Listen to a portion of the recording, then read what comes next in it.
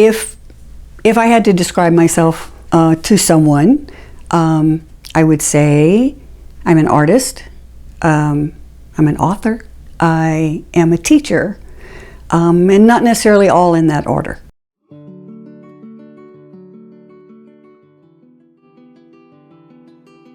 I love, out of all those, I love to teach the most.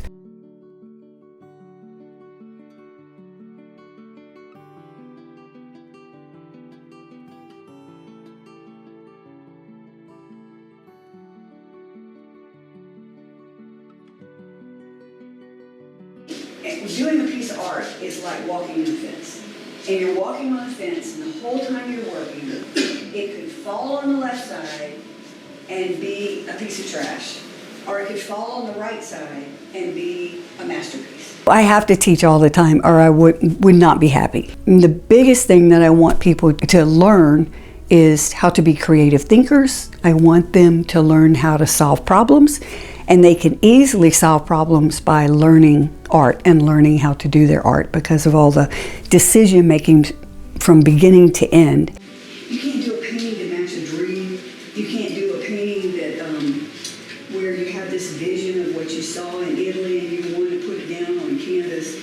You know, as long as you're very happy with things rolling onto the canvas. What I like to do is just get out of the way and let the paint do the work.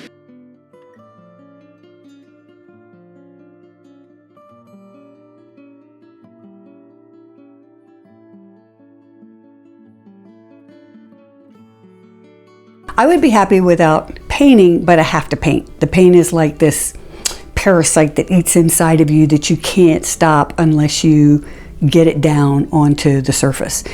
I first started doing art for sale back in the 70s and 80s. It was the time of photorealism. I got through the portrait stage, the pen and ink stage, the graphite stage, not necessarily a material stage, but the stage where I wanted to be able to capture faces, capture people, capture landscapes.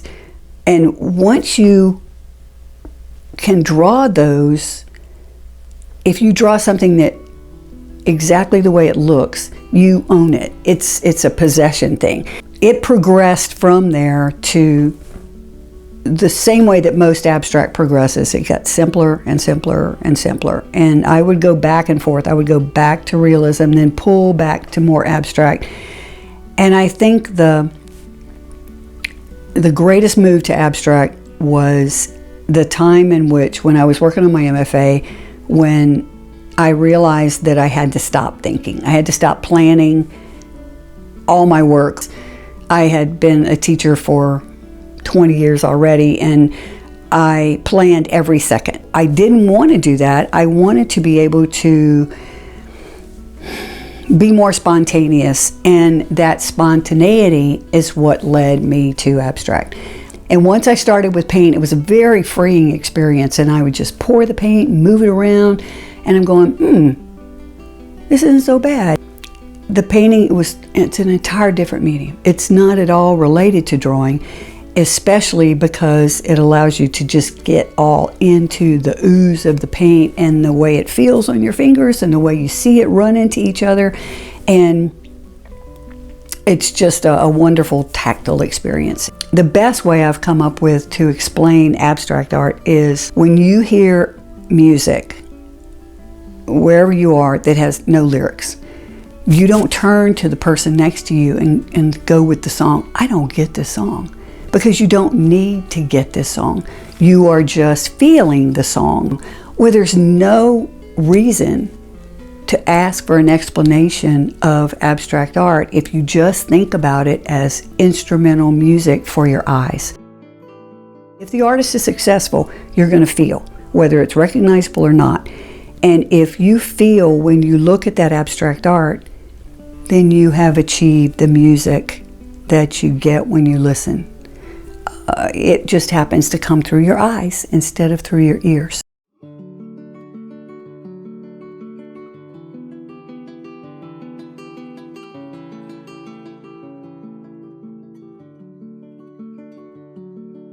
The book Even though my first degree is in English, the title of the book is just Painted Ain't. When people look at art, they're not just looking at materials. They're looking at so much from the artist, so much from the soul, so much work, so much effort, so much angst coming out of people who are super insecure, and they don't realize that it is more than just paint.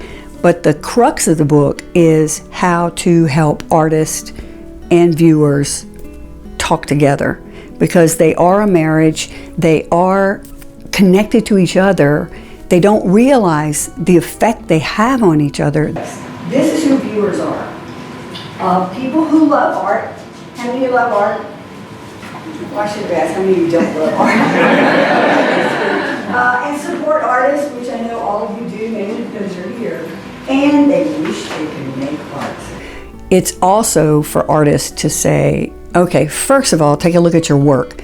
Is your work worthy enough to gather information from viewers that can help you? Or are there just basic principles that you're not following? Are you throwing something in the middle of the page? Are you not thinking about the composition? Are you not thinking about trying to pull them into the piece and let them stay? I mean, the work has to do the job too. It can't just be you talking to the viewer. Okay, who are artists? Of course, we all love art. We all support artists too. But the difference is we actually make this stuff.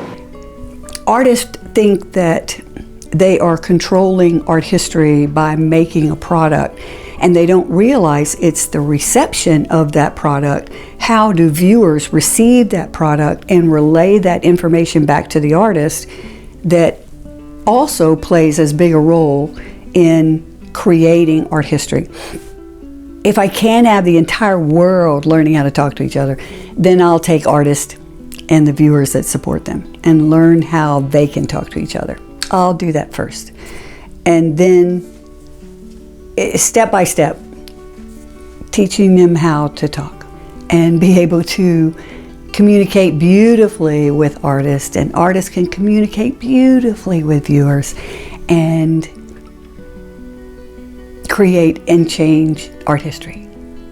It's a small goal.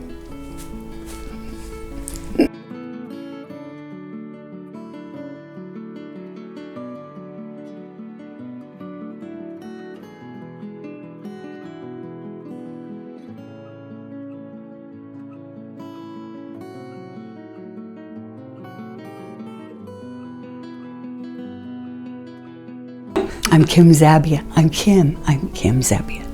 Kim Howes Zabbia. I am Kim Zabbia. What more do you need?